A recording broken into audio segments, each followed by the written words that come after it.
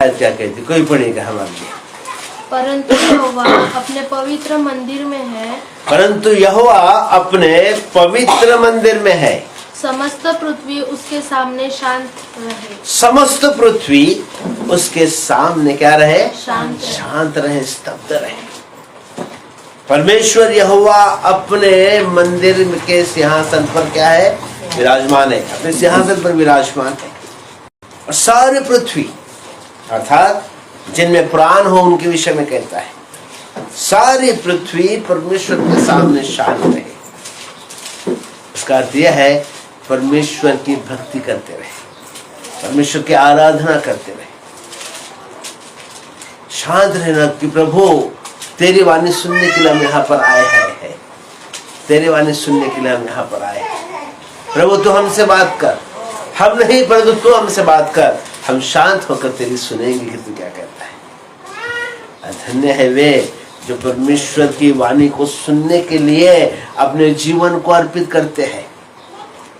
मरियम ने एक निर्णय लिया था अपने जीवन में, और मार्था ने भी एक निर्णय लिया था अपने जीवन में। कई लोग मार्था के समान हैं और कई लोग मरियम के समान हैं, परंतु यीशु मसीह ने गवाही दी मरियम के विषय में।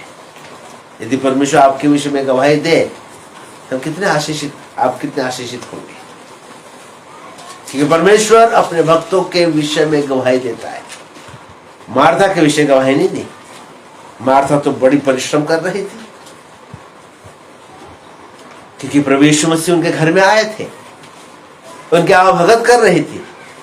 हो सकता है खाने की तैयारी कर रही हो, परंतु मरियम यीशु मसीह के कदमों के पास बैठकर उसकी सुनती थी, उसकी सुन रही थी। आज आपने और मैंने बड़ा अच्छा निर्णय लिया, यीशु मसीह के कदमों के पास बैठकर उसके सुनने का। परमेश्वर का वचन दोधारी तलवार है, जीवित वचन है जो हमसे बात करता है। हमारे जीवन में वो प्रकट होता है, और परमेश्वर अपने वचन के द्वारा हमसे बात करता है। परंतु मार्था ने जो निर्णय लिया था जिसके कारण वो घबरा गई थी। कुछ लोगों ने, बहुत से मसीह लोगों ने आज निर्णय लिया होगा अपने ही घर में आराम करने का निर्णय लिया होगा। क्या हर बार तो चर्च को जाते, एक चर्च नहीं गए तो क्या होता है। लेकिन एक बार प्रभु से न मिलना जीवन के आशीष को खोना है। आपके काम और मेरे काम हमको बचा नहीं पाएंगे, या गवाही भी नहीं दे पाएंगे। जो यीशु मसीह को छोड़कर जो कुछ हम करते हैं, कितना भी महत्व का काम हो, उसके वो काम हमारी गवाही नहीं दे पाएंगे। परंतु प्रभु के लिए जब आप कुछ करते हो, लिखा है तुम्हारे परिश्रम प्रभु में व्यर्थ नहीं है। पहला कोरिन्थियों 15 और 18 वचन में लिखा है तुम्हारे परिश्रम जो प्रभु में तुम करते हो, चाहे प्रार्थना करते हो, चाहे किसी की मदद करते हो, चर्च में जाके झाड़ू मारते हो, कोई बात नहीं, मजाक का काम लगता है लेकिन बहुत बड़ा काम है। व्यवस्था करते हो, प्रभु में जो भी आप परिश्रम करते हो वो व्यर्थ नहीं है। परमेश्वर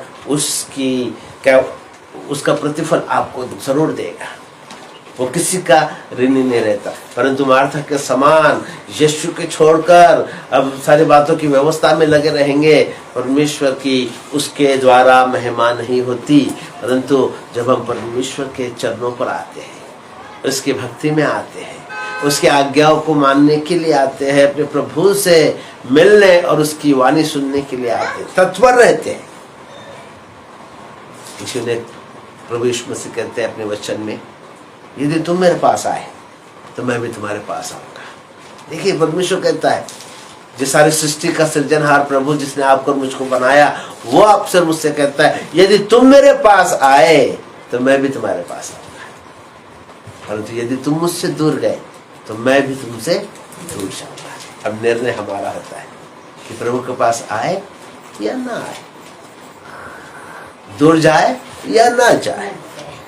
परंतु जो उसके पास आता है निश्चित ही वो आशीषित होता है, क्योंकि एक युद्ध है ये। मैं आपको बताना चाहता हूँ, कल मैं कालबांडे परिवार में था और शैतान बड़ा उनको परेशान कर रहा है, बहुत ही तकलीफ है उनके घर में, मुसीबतें उनके घर में, मायूस हो चुके थे। कल प्रभु ने मुझे वहां लेकर गया, उनका हौसला बढ़ाने के लिए, उनका विश्वास बढ़ाने के लिए, और जो जो बातें प्रभु ने मुझको दिखाई वो सारी बातें मैंने उनको बताई। मतलब इतने लोग थक जाते हैं पर अपने समस्याओं के कारण कि कहते हैं कि जान दो, मैं मंदिर को नहीं जाऊंगा, जाके अभी कुछ नहीं होगा, यहां तक निराश हो जाते हैं, कुछ नहीं होगा। मतलब मरने से पहले वो मर जाते हैं, अभी मरे भी नहीं परंतु ऐसा व्यवहार करते कि वो मर गए, आशा रहित के समान वो बातें करने लगते हैं, नहीं कुछ नहीं होगा। शैतान करता है ये बातें, आपको और मुझको निराश करता है कि कुछ नहीं होगा, इतने दिन से हम प्रार्थना कर रहे हैं तो कुछ नहीं हो रहा, अब क्या होने वाला है। निराश हताश हमको करता है, परंतु परमेश्वर का आत्मा उसके वचन के द्वारा आपके और मेरे द्वारा लोगों से बात करता है, और वहां पर उनको उत्तेजन देने के लिए प्रभु मुझे लेकर गया और उनके मनोबल को बढ़ाया। और सचमुच कई बार परमेश्वर से दूर हमको शैतान ले जाना चाहता है, लेके जाना ही चाहता है। उसकी इच्छा नहीं कि आप परमेश्वर में बने रहे, उसके वचन में बने रहे, प्रार्थना में बने रहे, परमेश्वर के साथ चले, वो नहीं चाहता। वो चाहता है कि दुनिया के बातों में मग्न रहो, दुनिया के विचारों से मग्न रहो, अपने दैहिक स्वभाव में मग्न रहो। आत्मिक बातों में तुम बढ़ो ना, क्योंकि वो जानता है यदि आप बढ़े तो उसको खतरा है, उसके राज को खतरा है।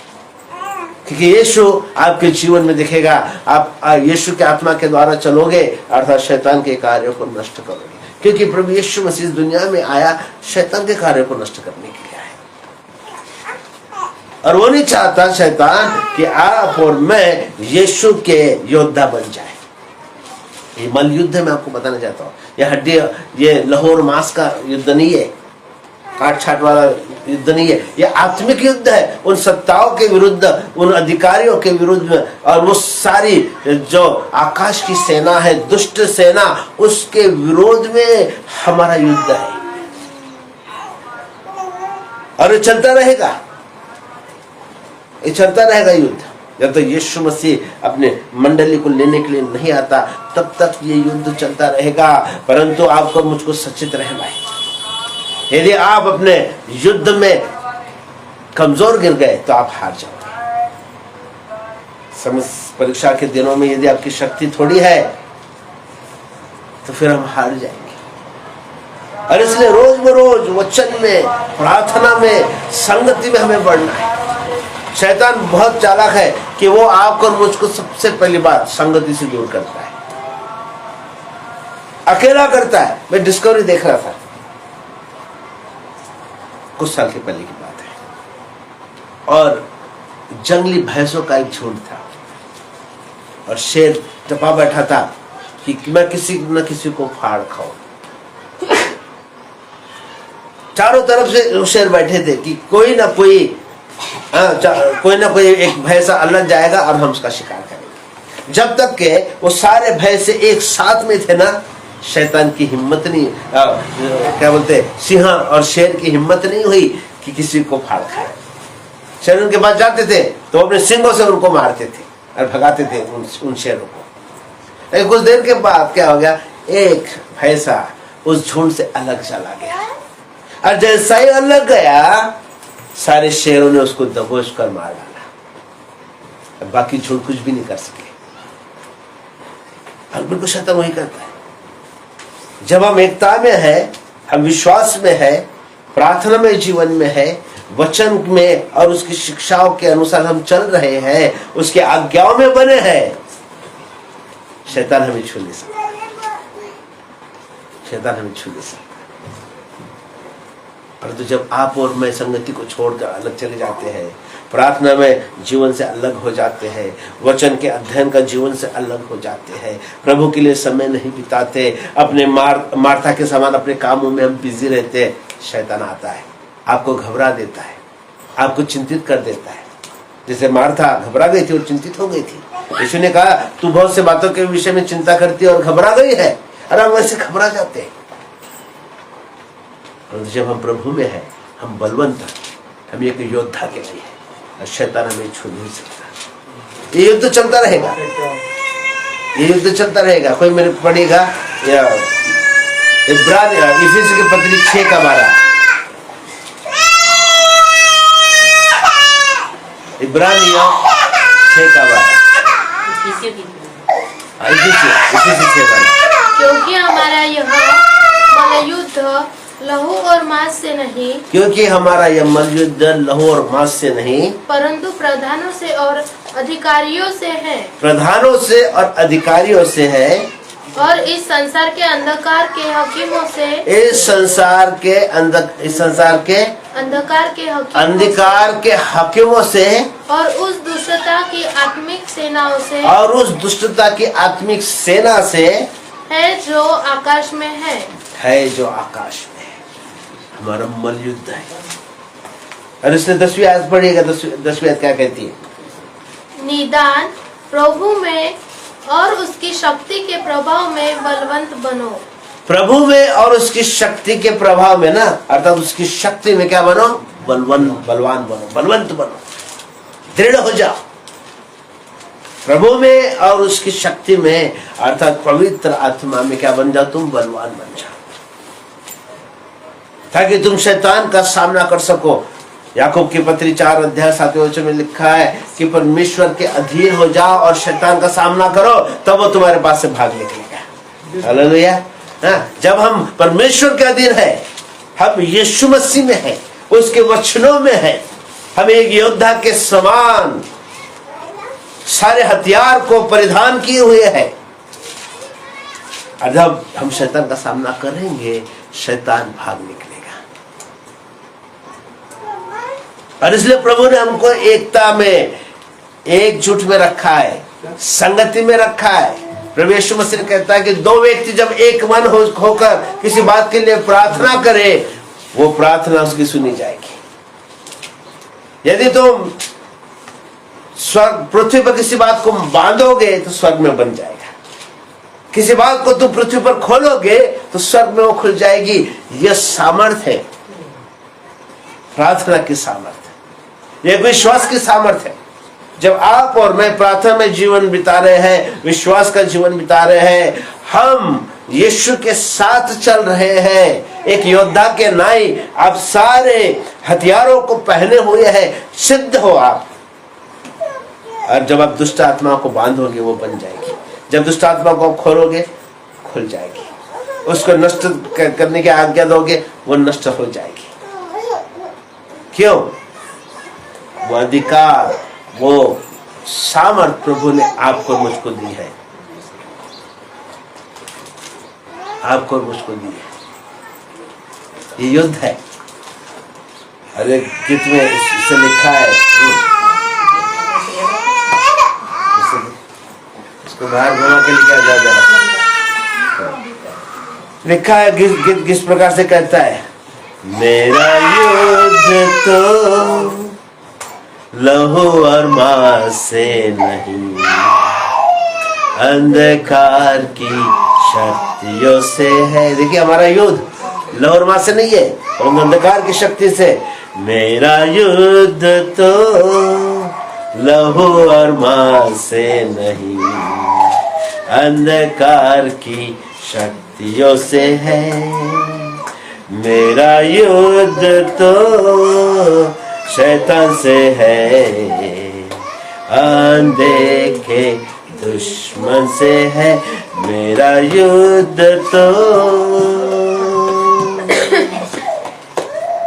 यीशु के लहू से जय मैं पा सकता, उसका वचन है जो जयवन कर सकता। यीशु के लहू से जय मैं पा सकता, उसका वचन है जो जयवन कर सकता। बंदित लोगों को छुड़ा हो सकता, पापी मुर्दों को जीवित कर सकता।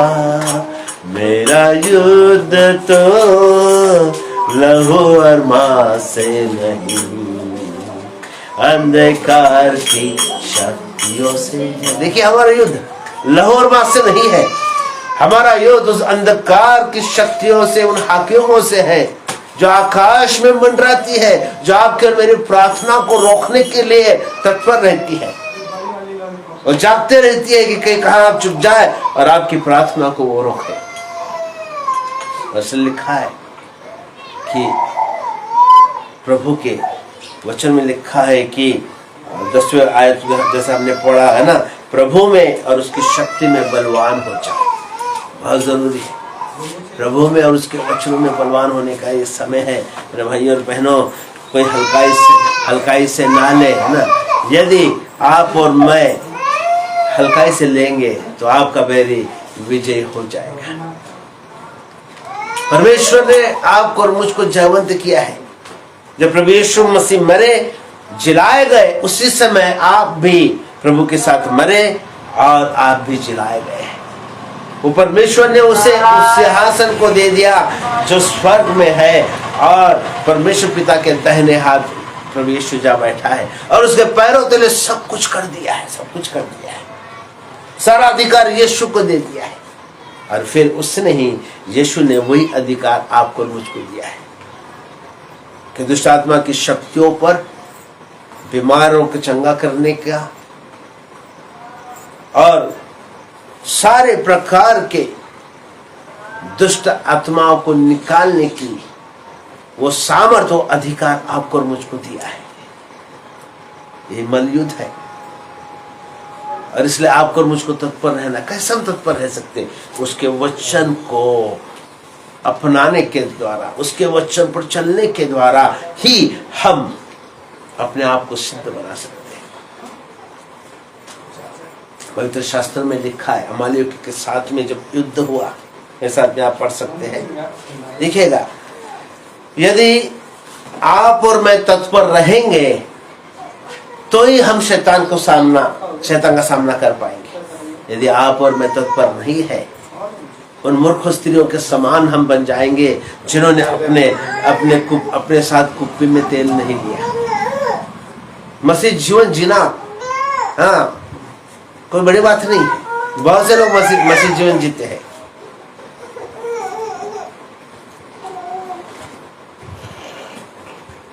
बहुत से मसीह जीवन लोग जीते हैं, लेकिन अपने तौर तरीके से जीते हैं। शांत रहिए। अपने तौर तरीके से जीते हैं। हमें परमेश्वर के तरीके से जीवन जीना है।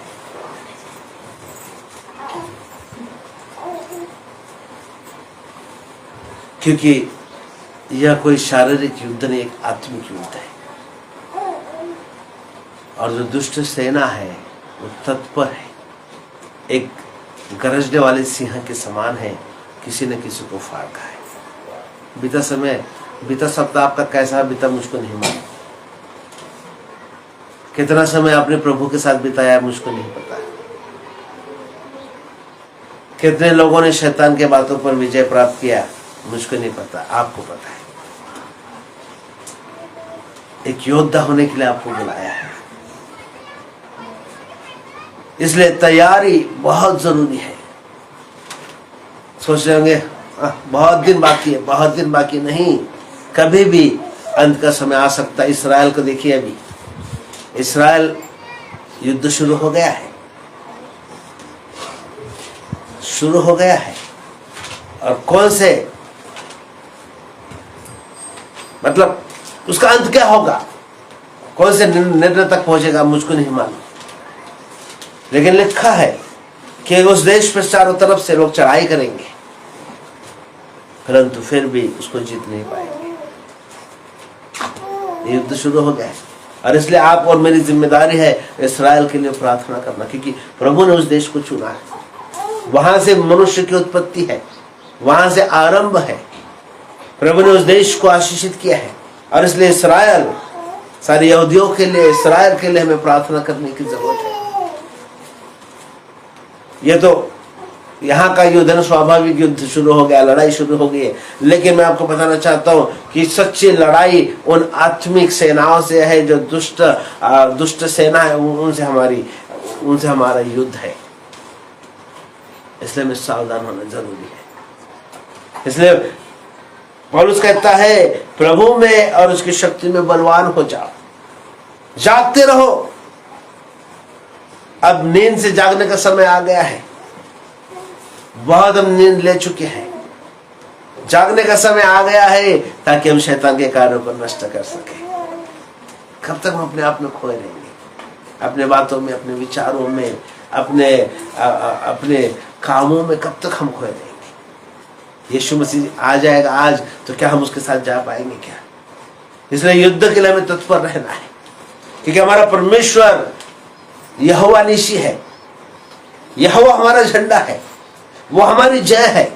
यदि उसमें रहोगे तो हम जय पाएंगे, उसमें रहेंगे तो शैतान भाग जाएगा। लिखा है याकूब 4:7 में कि परमेश्वर के अधीन हो जाओ, प्रभु के अधीन हो जाओ, तब शैतान और उसका सामना करो, तब वो तुम्हारे पास से भाग निकलेगा। उसका सामना करना है तो प्रभु में बलवंत होना है। मैं उस वचन को पढ़ रहा था कि प्रभु के लोग है ना, बलवान होना जरूरी है। अमालेकी लोगों से जब युद्ध हुआ, निर्गमन उसका 17वें अध्याय को यदि आप पढ़ते हैं, वहां पर उस बात का वर्णन है। मूसा ने यहोशू से कहा, 17वां अध्याय और 8वें वचन से लेकर आप पढ़ सकते 16वें वचन तक के, वहां इस प्रकार से लिखा है कि मूसा ने यहोशू से कहा। यहोशू बड़ा विश्वास योग्य दास था, मूसा के साथ साथ बना रहता था, मूसा के आज्ञाओं में बना रहता था। परमेश्वर जब वो मिलाप वाले तंबू में जाता, निवास वाले तंबू में जाता, और जब निकल कर बाहर आता मूसा, लेकिन यहोशू वहीं बना रहता था। बड़ा विश्वास योग्य दास था और एक योद्धा था, कसा हुआ योद्धा था। द ग्रेट कमांडर था वो, एक सेनापति, एक कसा हुआ योद्धा था। परमेश्वर से प्यार करता था। और उस यहोशू से मूसा ने क्या कहा? कोई पढ़िएगा निर्गमन उसका 17वां अध्याय 9 आयत को पढ़िएगा। और इस्राएल में तब मूसा ने यहोशू से कहा, हमारे लिए कई पुरुषों को चुनकर छाट ले और बाहर जाकर अमालेकियों से लड़, और मैं कल परमेश्वर की लाठी हाथ में लिए हुए पहाड़ी की चोटी पर खड़ा रहूंगा। देखिए यहोशू से कहता है, देखिए ये युद्ध है, मैं आपको फिर बताना चाहता हूँ, ये युद्ध है और यहाँ पर भी एक युद्ध हो रहा है, परंतु ये युद्ध शारीरिक बुद्धि से या सामर्थ्य से नहीं जीता जा सकता है। और इसलिए मूसा कहता है यहोशू से कि तू अपने लिए कुछ ऐसे योद्धा पुरुषों को चुन ले और जाकर उन पुरुषों को लेकर जाकर अमालेकी लोगों से युद्ध कर। अमालेकी है उनसे जाके युद्ध कर। मैं कल सुबह क्या करूंगा? परमेश्वर की लाठी को हाथ में लेकर पहाड़ पर चढ़ जाऊंगा। देखिए मूसा कहता है मैं पहाड़ पर चढ़ जाऊंगा परमेश्वर की लाठी को लेकर, परंतु तू जाकर कुछ अच्छे योद्धा लोगों अपने साथ में ले और अमालेकी लोगों से युद्ध कर। और वैसा ही किया। यहोशू ने कुछ योद्धाओं को लड़ाऊ योद्धा को अपने साथ में ले लिया और युद्ध करने चला गया। परंतु मूसा पहाड़ पर चढ़ गया और मूसा के साथ में कौन कौन चढ़े? हारून और हुर और हारून, यह मूसा के साथ उस पहाड़ी पर चढ़े। मूसा के हाथ में वो लाठी थी जो परमेश्वर ने उसे दी थी, जिसके द्वारा उसने बहुत से चमत्कार दिखाए थे। वो लाठी लेकर पहाड़ पर चढ़ गया। क्यों पहाड़ पर चढ़ गया? मूसा को तो युद्ध में होना था ना, है ना? मूसा तो लीडर था ना, सबका अगुआ था ना, लेकिन अगुआ कहां पर है? पहाड़ी पर। लेकिन उसका दास जो यहोशू था वो युद्ध में है। एक कसा हुआ योद्धा यहोशू अपने सेना के साथ, अपने योद्धाओं के साथ में अमालेकी लोगों से युद्ध कर रहा है। परंतु मूसा और हारून और हुर पहाड़ पर है। उनको तो युद्ध में होना था, लेकिन मूसा जानता था कि हम शारीरिक और बुद्धि तौर पर हम अमालेकी लोगों पर जय नहीं पा सकते। कई बार हमारे जीवन में ऐसे प्रश्न होते हैं जो अपने बुद्धि से, अपने पैसों से, अपने परिश्रमों से, अपने काबिलता के आधार पर या योग्यता के आधार पर हम उन समस्याओं पर विजय प्राप्त करना चाहते, करने के बाद भी हम नहीं प्राप्त कर पाते क्योंकि वो इतनी जटिल समस्या होती है और वो शैतान की ओर से होती है। उसका सामना करने के लिए हमें आत्मिक बल की जरूरत होती है। कई बार नहीं कर पाते। और मूसा जानता था ये युद्ध उन सेनाओं से है जो आकाश मंडल में मंडराती है, दुष्ट सेनाओं से है, उसकी शक्ति से हमारा युद्ध है। भले ही आत्मिक तौर पे अगर देखा जाए, शारीरिक तौर पर यदि देखा जाए तो अमालेकी लोगों से युद्ध हो रहा है। यहाँ पे प्रभु के लोग युद्ध करने के लिए यहोशू के साथ उस घाटी में उतरे, उस मैदान में उतरे और युद्ध कर रहे हैं। आगे में इस प्रकार से लिखा है कि मूसा, हारून और हूर उस पर्वत पर चढ़ गए, उस पर्वत पर चढ़ गए। और ऐसा 11वीं आयत में इस प्रकार से लिखा है, जब मूसा अपने हाथ ऊपर करता, जब मूसा अपने हाथ ऊपर करता तब इस्राएल जीतता। इस्राएली लोग अमालेकी लोगों पर जय प्राप्त करते जब मूसा अपने हाथों को उठाता। लेकिन जैसे मूसा के हाथ नीचे आते तो अमालेकी इस्राएल पर प्रबल हो जाता, अर्थात इस्राएल हारने लगता। देखिए, मूसा के हाथ जब तक परमेश्वर यहोवा के ओर थे तब तक के इस्राएल जीत रहा था। और जैसे मूसा के हाथ थक जाते और नीचे आने लगते तो अमालेकी जीतने लगता और इस्राएल हारने लगता। बहुत महत्वपूर्ण बात यहां पर है। सारे मंडलियों के लिए आत्मिक भोजन देने वाला पवित्र आत्मा है, लेकिन उसने प्रतिनिधि के तौर पर प्रभु के भक्तों को खड़ा किया है और प्रभु के भक्तों पर अपने अभिषेक को रखा है। जब तक प्रभु का जन या मंडली का अगुआ जब तक मंडली के लिए प्रार्थना करने में तत्पर रहेगा, मंडली जीतेगी, मंडली जीतेगी। जब तक प्रभु का जन जब तक प्रार्थना करने में और परमेश्वर के और अपने हाथों को उठाकर पुकारने में तत्पर रहेगा, लगा रहेगा, मंडली बढ़ती जाएगी, मंडली आशीषित होती जाएगी। लेकिन जब वो अगुआ थकने लगेगा तब तक मंडली भी कमजोर होती जाएगी। यह आत्मिक नियम है, मैं आपको बता रहा हूं, यह आत्मिक नियम है।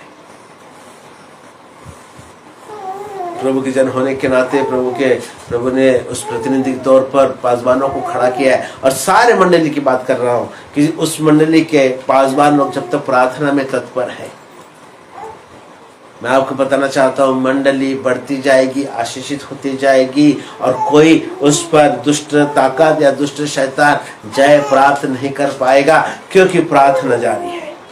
उस वेदी पर बलिदान चढ़ाया जा रहा है, उस अग्नि पर धूप जलाया जा रहा है। कौन सा धूप? प्रार्थना का धूप जलाया जा रहा है।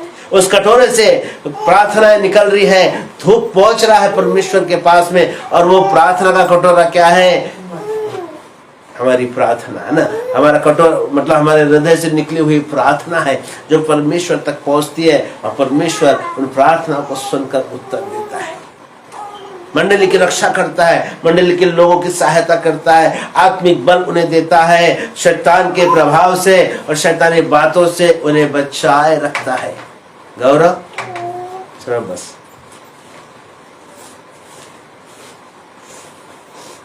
मूसा जब तक उसके हाथ ऊपर रहते, अब उसको पढ़ लीजिएगा ना, निर्गमन उसका 17वां अध्याय 8 वचन से लेकर 16वें वचन तक के आप जरूर पढ़िएगा। वहां पर लिखा है, जब तक मूसा अपने हाथ उठाता इस्राएल जय प्राप्त करता, लेकिन मूसा के हाथ थक जाते तब इस्राएल हारने लगता। तब क्या किया मालूम है? हूर ने और हारून ने एक पत्थर लिया और उस चट्टान पर मूसा को बिठा दिया और एक तरफ हारून खड़ा हो गया, हाथ को थामते हुए, और दूसरे और हूर खड़ा हो गया मूसा के हाथ को थामते हुए, और मूसा के हाथों को इस प्रकार से उठाए बनाए रखा उन्होंने। कब तक के? शाम तक सूर्य जब तक डूबता नहीं तब तक के। और जब तक मूसा के हाथ ऊपर रहे तब तक इस्राएल ने सारे अमालेकी लोगों को खत्म कर दिया। इस्राएल जीत गया क्योंकि मूसा के हाथ परमेश्वर की ओर थे, प्रार्थना के हाथ, पुकारने वाले की वाणी वो वहां तक पहुंच रही थी। जब प्रभु के लोग मंडली के लिए प्रार्थना कर रहे हैं, मंडली सुरक्षित है। कई बार है ना, जो अगुवे होते हैं वे अपने जीवन में थक जाते, क्योंकि जैसा मूसा के हाथ थक गए उस समय क्या हुआ, हारून और हूर ने मूसा के हाथों को थाम लिया, क्योंकि वो जानते थे कि मूसा के हाथ नीचे आए तो इस्राएल हार जाएगा। कई बार प्रभु के जो अगुवे हो, मतलब प्रभु ने जिन्हें अगवा करके ठहराया है, उनके जीवन में भी ऐसे हालात आती है कि वो अपने आत्मिक जीवन में या प्रार्थनामय जीवन में या वचन रूपी जीवन में कई बार निराश हो जाते, थक जाते हैं। और उस समय प्रभु के जो मंडली के लोग हैं उन्होंने भी प्रार्थना में उन भक्तों को उठाए रखने की जरूरत है। और इसलिए पौलुस ने कहा, मेरे लिए प्रार्थना किया करो, मुझे तुम्हारी प्रार्थना की जरूरत है, मुझे हियाव मिले ताकि मैं बड़े हियाव के साथ में परमेश्वर के आत्मा से भरकर उस वचनों को मैं सुना सकूं, पौलुस कहता है। और इसलिए बहुत जरूरी है जो सेवकगण है उनके लिए प्रार्थना करना, जो युद्ध करते हैं प्रतिदिन मल युद्ध करते हैं प्रार्थना में, उनके लिए प्रार्थना करना। प्रार्थना का बल बहुत ही महत्वपूर्ण है। जब हम लोग प्रार्थना में लगे हैं तो मंडली ने भी हमारे साथ में प्रार्थना में लगे रहना चाहिए। एक एक परिवार के लिए, एक एक व्यक्ति के लिए प्रार्थना करते रहे हमको रहना है, तब तो प्रार्थना का उत्तर है, तब तो हम जय प्राप्त करेंगे। जब लोग बढ़ने लगे, देखिएगा प्रेरितों के काम उसके 6वें अध्याय में मंडली बढ़ने लगी, और जब मंडली बढ़ने लगी तो वहां पर वाद विवाद भी होने लगे, नए नए लोग आने लगे, वाद विवाद भी होने लगे। और यहाँ लिखा है कि उन दिनों में शिष्यों की संख्या बढ़ती चली जा रही थी, यहाँ तक कि यूनानी यहूदी लोगों में इब्री लोगों के विरुद्ध वो कुड़कुड़ाने लगे। पढ़िएगा पहला वचन और दूसरा वचन, 6वां अध्याय प्रेरितों के काम। उन दिनों में जब चेले बहुत होते जाते थे तो यूनानी भाषा बोलने वाले इब्रानियों पर कुड़कुड़ाने लगे कि प्रतिदिन की सेवकाई में हमारी विधवाओं की सुधि नहीं ली जाती। देखिए वहां पर प्रश्न खड़ा हुआ, यूनानी और यहूदी लोगों में प्रश्न खड़ा हुआ, और यहूदी इब्री बोलने वाले लोगों पर वो दोष लगाने लगे, कुड़कुड़ाने लगे कि हमारी विधवाओं को क्या नहीं, उनकी सुधि नहीं ली जा रही है। ये कंप्लेंट किसके पास गई? पतरस और शेष शिष्यों के पास में गई। तब उसने कहा कि तुम में से लिखा, दूसरी आयत को पढ़िए, दूसरी और तीसरी आयत को। तब उन 12 ने चेलों की मंडली को अपने पास बुलाकर कहा, यह ठीक नहीं कि हम परमेश्वर का वचन छोड़कर खिलाने पिलाने की सेवा में रहे। देखिए पतरस और शिष्य ने कहा कि ये ठीक नहीं है कि हम प्रार्थना और वचन की सेवा छोड़कर खाना खिलाने और पिलाने की हम सेवा करें। कई बार मंडली में ऐसा होता है, प्रभु के दास होने के नाते, पासवान होने के द्वारा या फिर सेवक होने के कारण उन्हें प्रार्थना और वचन में ही लगे रहना है, परंतु मंडली के जो भी समस्याएं हैं, मंडली की जो आवश्यकताएं हैं, जो शारीरिक आवश्यकता है, यदि प्रार्थना और वचन की सेवा छोड़कर वह पासवान या वो सेवक उसी बात में लगा रहेगा, शारीरिक बातों को लोगों को देने के बारे में लगा रहेगा, तो फिर गड़बड़ हो जाएगी, आत्मिक हाथ थकने लगेंगे, प्रार्थना और वचन का समय लोगों में जाएगा। और इसलिए कहता है, पतरस कहता है और प्रेरित कहते हैं कि पवित्र आत्मा मतलब वचन की सेवा छोड़कर पंक्तियों की सेवा करना कोई योग्य बात नहीं है। चौथे वचन में कहता है कि हम प्रार्थना में और वचन के सेवा में तत्पर रहे। यह हमारी सेवा है, यह हमारी सेवा है। आत्मिक भोजन देना, आत्मिक रीति से मंडली को मजबूत करना, यह पासबान की सेवा है। लोगों को प्रभु के वचनों में बढ़ाना, यह पासबान की सेवा है। परंतु जाकर लोगों को मेडिकल हेल्प करना या आर्थिक हेल्प करना, या जाकर उनके घरों को बनाना या और बहुत से स्वाभाविक और जो दैहिक बातें हैं उनमें जाकर उनकी मदद करता अगर रहेगा तो प्रार्थना और वचन की सेवा कब करेगा? फिर तो उसके आत्मिक हाथ थकने लगेंगे। यदि वो व्यक्ति इन शारीरिक बातों में या स्वाभाविक बातों में यदि मग्न रहेगा तो फिर प्रार्थना कब करेगा? वचन की सेवा कब करेगा? और उसके कारण तो उसका आत्मिक जीवन थक जाएगा। जिस प्रकार से मूसा के हाथ जब तक ऊपर थे तब तक के इस्राएल जय प्राप्त करता था, लेकिन जैसे मूसा के हाथ थक जाते थे इस्राएल हारने लगता है। आराधना में बहुत बड़ी सामर्थ्य है, प्रार्थना में बहुत बड़ी सामर्थ्य है। तलवार से और मनुष्य की योजनाओं से युद्ध नहीं जीते गए। यरीहो की दीवार के विषय में देखिएगा, ना तो वहां पर वो दीवार ना तो भाले से गिराई गई, ना तो बम से गिराई गई, न कोई बातों से गिराई गई। सिर्फ आराधना करते रहे। प्रतिदिन वो जाकर चक्कर मारा करते थे, आराधना करते थे और अपने तंबू में जाके बैठते थे। 7वें दिन 7 बार उन्होंने उस दीवार के चारों ओर घूमकर 7 बार चक्कर लगाए और 7 बार जब चक्कर पूरे हुए बड़ी जय घोषणा की। उन्होंने परमेश्वर के नाम को पुकारा और दीवारें ऑटोमेटिक गिर गई। परमेश्वर ने उन दीवारों को गिरा दिया। प्रार्थना और आराधना के द्वारा यह बात हुई। जब प्रभु के लोग प्रार्थना में और आराधना में मग्न रहेंगे तब आपके जीवन की सारी समस्या का हल हो जाएगा। मैं आपको बताना चाहता हूं, प्रभु के अगुवे होने के नाते जब तक हमारे हाथ प्रभु की ओर उठे रहेंगे, जब तक हम प्रार्थना और वचन की सेवा में लगे रहेंगे, तब तक मंडली आशीषित हो जाएगी।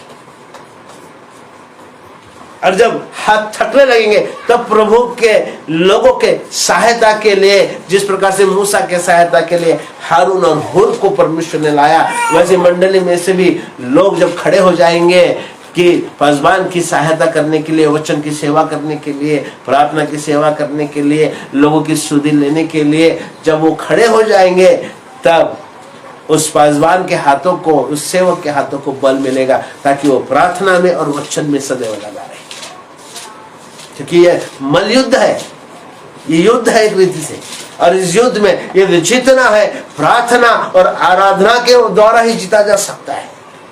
यरीहो की दीवार को गिराना है। आपके जीवन में ऐसी बहुत सी दीवारें हो सकती है, या हमारे मंडली में ऐसी बहुत सी दीवारें हो सकती है जो हमसे नहीं गिर रही है, समस्या का हल नहीं निकल रहा है। बस जरूरत है प्रार्थना करने की। विश्वास की प्रार्थना बहुत कुछ कर सकती है।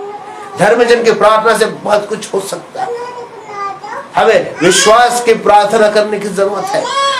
हमें आत्मा और सच्चाई से आराधना करने की जरूरत है। समस्या खत्म हो जाएगी। मैं आपको बताना चाहता हूँ, अमालेक की कितना भी बलवान क्यों ना हो, अमालेक की कितना भी बलवान क्यों ना हो, उस पर हम जय जरूर पाएंगे परमेश्वर के सामर्थ्य से।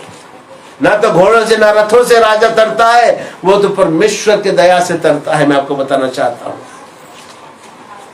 मूसा ने जब तक अपने हाथ उठाए रखे तब तक इस्राएल जीतता चला गया।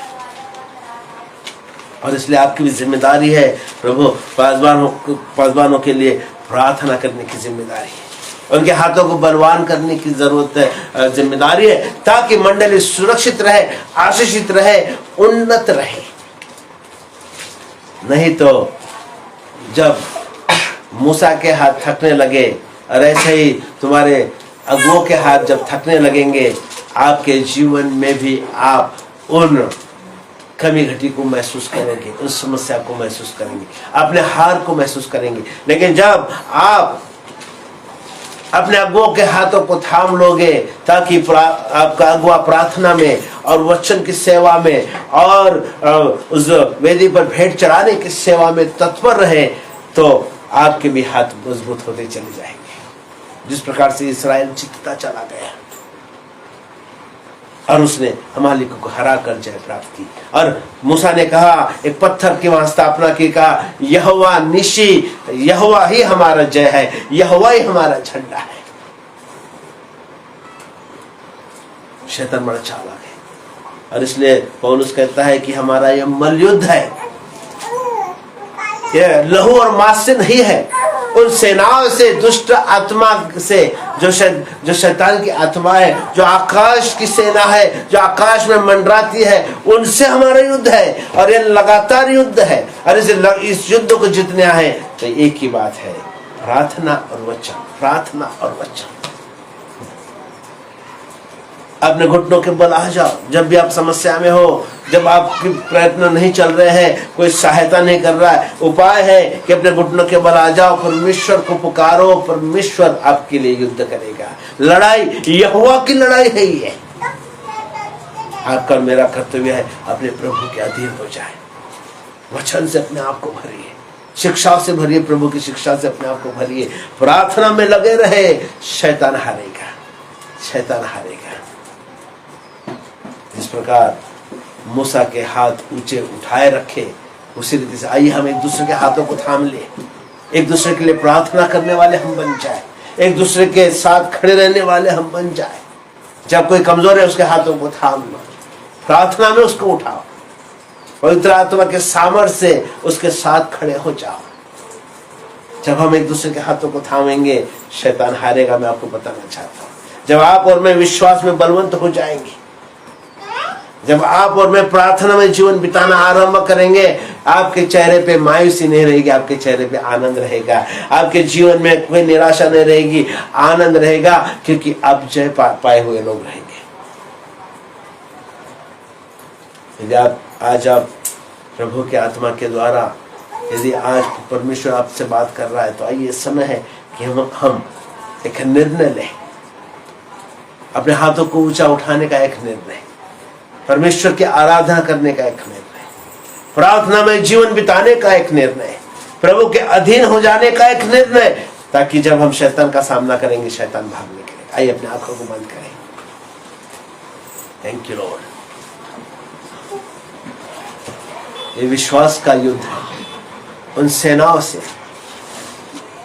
जो अंधकार की सेना है, और ये हमारी बुद्धि से या योग्यता से ये युद्ध नहीं जीता जाएगा, यह तो परमेश्वर के सामर्थ्य से युद्ध जीता जाएगा। यह प्रार्थना और वचन के द्वारा ही ये युद्ध जीता जाएगा। और इसलिए आइए अपने आप को हम प्रभु के हाथ में दे, अपने आप को या प्रभु के हाथ में देकर एक निर्णय ले कि प्रभु मैं प्रार्थना में जीवन बिताऊंगा, मैं प्रार्थना में जीवन बिताऊंगी, मैं समय में से समय निकाल कर तेरे साथ समय बिताएंगे, हम प्रार्थना में समय बिताएंगे, वचन के अध्ययन में समय बिताएंगे, हम शैतान के विरोध में खड़े रह जाएंगे, खड़े होकर उसका सामना करेंगे और निश्चित ही वो भाग जाएगा।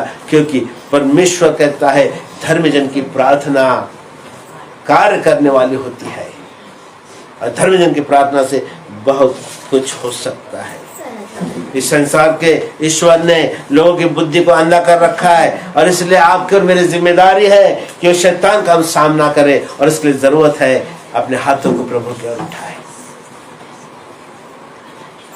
बुद्धि को शैतान ने अंधा किया है, मुक्ति का संदेश उनसे छिपा है, स्वीकार करते नहीं है प्रकाश, दुख अंधेरे में करते हैं वास, मेरा युद्ध तो लहू और मांस से नहीं, अंधकार की शक्तियों से है, मेरा युद्ध तो शैतान से है, अनदेखे दुश्मन से है, मेरा युद्ध तो यीशु के लहू से जय मैं पा सकता, उसका वचन है जो जयवंत कर सकता, बंदित लोगों को छुड़ा सकता, पापी मृतों को जीवित भी करता। मेरा युद्ध तो लहू और मांस से नहीं, अंधकार की शक्तियों से है। मेरा युद्ध तो शैतान से है, अनदेखे दुश्मन से। मेरे खुदावन, हमारा युद्ध उस अनदेखे दुश्मन शैतान से है, उन प्रधानों से, उन अधिकारियों से, जो दुष्ट आत्मा की सेना जो आकाश में मंडराती है, उन आकाश की सेनाओं से हमारा युद्ध है। और इसलिए प्रभु यीशु मसीह के अधीन हम हो जाते हैं, उसके वचन से अपने आप को भर लेते हैं, अपने आप को परमेश्वर तेरे हाथों में देते हैं, क्योंकि वचन में लिखा है कि परमेश्वर के अधीन हो जाओ और शैतान का सामना करो तो वो तुम्हारे पास से भाग निकलेगा। प्रभु, हम तेरे अधीन हो जाते हैं, अपने पापों को मान लेते हैं और प्रभु में और प्रभु के हथियारों को हम पहन लेते हैं और शैतान का हम सामना करते हैं, क्योंकि परमेश्वर तू जयवंत हुआ है, यीशु जयवंत हुआ है। और जितने लोग यीशु मसीह में जिलाए गए हैं, जिन्होंने उद्धार को पाया है, वे भी जिलाए गए हैं, उन्होंने उस दुष्ट शैतान पर जय प्राप्त की है यीशु मसीह के लहू के द्वारा। और ये प्रभु, हम प्रार्थना करते हैं कि जब भाइयों ने बहनों ने अपने जीवन में एक निर्णय लिया है, प्रार्थना करने का निर्णय, जब उन्होंने निर्णय लिया है वचन का अध्ययन करने का निर्णय, जब उन्होंने निर्णय लिया है परमेश्वर प्रभु यीशु मसीह के साथ चलने का निर्णय, तब प्रभु तो उनके प्रार्थनाओं को सुन, अपने अभिषेक को उनके जीवन पर भेज प्रभु जी, ताकि वे मंडली के लिए प्रार्थना करने वाले, वो सेवकों के लिए प्रार्थना करने वाले और उनके साथ में खड़े रहने वाले बन जाए, ताकि शैतान के कार्यों को नष्ट कर सके। क्योंकि यीशु मसीह इसलिए प्रकट हुआ शैतान को और उसके कामों को नष्ट करने के लिए। पहला यूहन्ना और 3 अध्याय 8वें वचन के अनुसार, हे प्रभु, हम भी प्रभु यीशु मसीह में खड़े हो जाते हैं शैतान को और उसके कार्यों को नष्ट करने के लिए। प्रभु, इसी समय यहाँ पर उपस्थित गणों को प्रभु अपने अभिषेक से भर, अपने आशीष से भर प्रभु जी, अपने सामर्थ्य से भर, ताकि प्रभु वे तेरे लिए योद्धा का काम करने वाले बन जाए, शैतान के कार्य को नष्ट करने वाले बन जाए, संसारिक बातों में नहीं परंतु प्रभु के वचन में और प्रभु के साथ प्रार्थना करने की सेवा में तत्पर रहे। प्रभु जी, ऐसा तो होने दे। हालेलुया। प्रभु, हम तेरा धन्यवाद करते हैं। क्रिस्टोनी, इस कलीसिया को हम तेरे हाथों में देते हैं प्रभु जी, इसे तू ज्वलंत कर प्रभु जी, तेरे लिए तैयार कर प्रभु जी, तेरे लिए उपयोगी पात्र बना, योद्धा के नहीं तो उनका उपयोग कर, ताकि प्रभु तू जलाल पाए, तेरी महिमा होने पाए और तेरी कलीसिया जयवंत होती जाए, तेरी कलीसिया उन्नत होती जाए, तेरी कलीसिया आशीषित होती जाए। प्रभु जी, ऐसा तू कर प्रभु जी। प्रभु, तू महान है और प्रभु तूने हमें सेवा दी है, प्रार्थना और वचन की सेवा दी है। प्रभु, हमारे हाथ नित्य तेरे और लगे रहे प्रभु जी। जिस प्रकार से पतरस ने कहा कि क्या हम पंक्तियों की सेवा करें क्या, वचन और प्रार्थना की सेवा छोड़कर पंक्तियों की सेवा करें क्या, ये योग्य नहीं है। और इसलिए कहा कि तुम अपने लिए सुनामी 7 व्यक्तियों को चुन लो जो पंक्तियों की सेवा करेंगे, परंतु हम प्रार्थना और वचन की सेवा में तत्पर रहेंगे। प्यारे प्रभु, ऐसे भक्तों को तू खड़ा कर जो प्रभु मंडली के सारी जिम्मेदारियों की सुधि ले सके, मंडली में सेवा कर सके, परंतु प्रभु सेवक होने के नाते प्रभु तेरे गण हम होने के नाते प्रभु प्रार्थना और वचन की सेवा में तत्पर रहे, ताकि तेरी मंडली आशीषित होती जाए। प्रभु जी, धन्यवाद यीशु। फिर एक बार हम तेरा शुक्रिया अदा करते हैं और अब तेरे सम्मुख अपना समर्पण करते हुए ये प्रार्थना यीशु के नाम से मांगते पिता, सुनिए और बड़ी दया से आप ग्रहण करें। आमीन। अपने स्थानों पर हम खड़े हो जाए।